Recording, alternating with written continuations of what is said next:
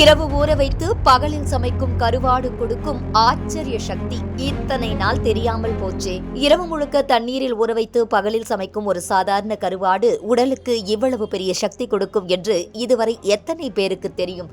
சும்மா உப்பு அதிகமா இருக்குது, சாப்பிட்டா தாகம் எடுக்கும் என்பதோட விட்டுடாம நம்ம இந்த சின்ன பழக்கத்துக்குள்ள மறைந்திருக்கக்கூடிய பெரிய ஆரோக்கிய ரகசியத்தை கவனிக்கவே இல்லை. ஆனா இதை சரியா பின்பற்றினா உடம்புல நடக்கிற மாற்றமே வேற லெவல் ஆகும். கருவாட்டுல இயற்கையாகவே அதிக அளவுல புரோட்டீன், கால்சியம், இரும்புச்சத்து போன்றவை உள்ளன.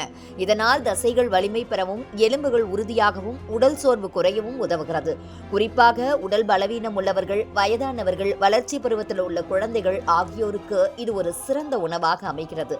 ஆனா பலர் கருவாட்டை சமைக்கும் போது அதிக உப்புடன் நேரடியாக பயன்படுத்தி விடுகின்றனர். இதனால் இரத்த அழுத்தம், வயிற்று எரிச்சல், நீர்த்தேக்கம் போன்ற பிரச்சனைகள் ஏற்பட வாய்ப்புள்ளது.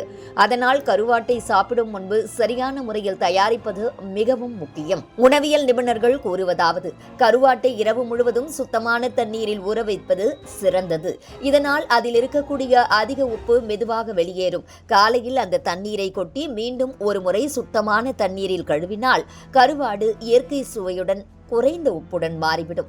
இப்படி செய்த பிறகு கருவாட்டை குழம்பு, வறுவல், பொடி, சாம்பார் போன்றவற்றில் பயன்படுத்தினால் சுவையும் அதிகமாக இருக்கும்.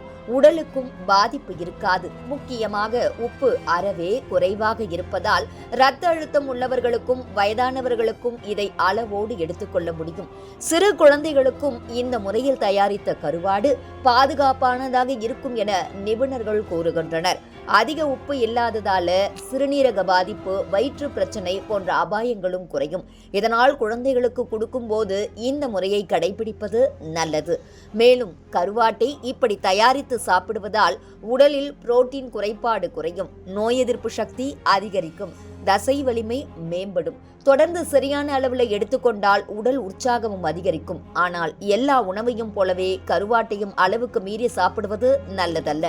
வாரத்திற்கு 2 முதல் 3 முறை சத்துணவுகளோடு சேர்த்து எடுத்துக்கொள்வதே சிறந்தது.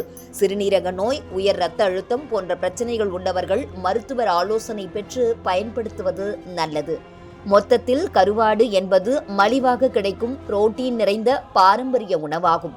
அதை சரியான முறையில் தயாரித்து சாப்பிட்டால் வயதானவர்களுக்கும் குழந்தைகளுக்கும் ஏற்ற ஒரு ஆரோக்கிய உணவாக மாற்ற முடியும் என்பதே நிபுணர்களின் கருத்து.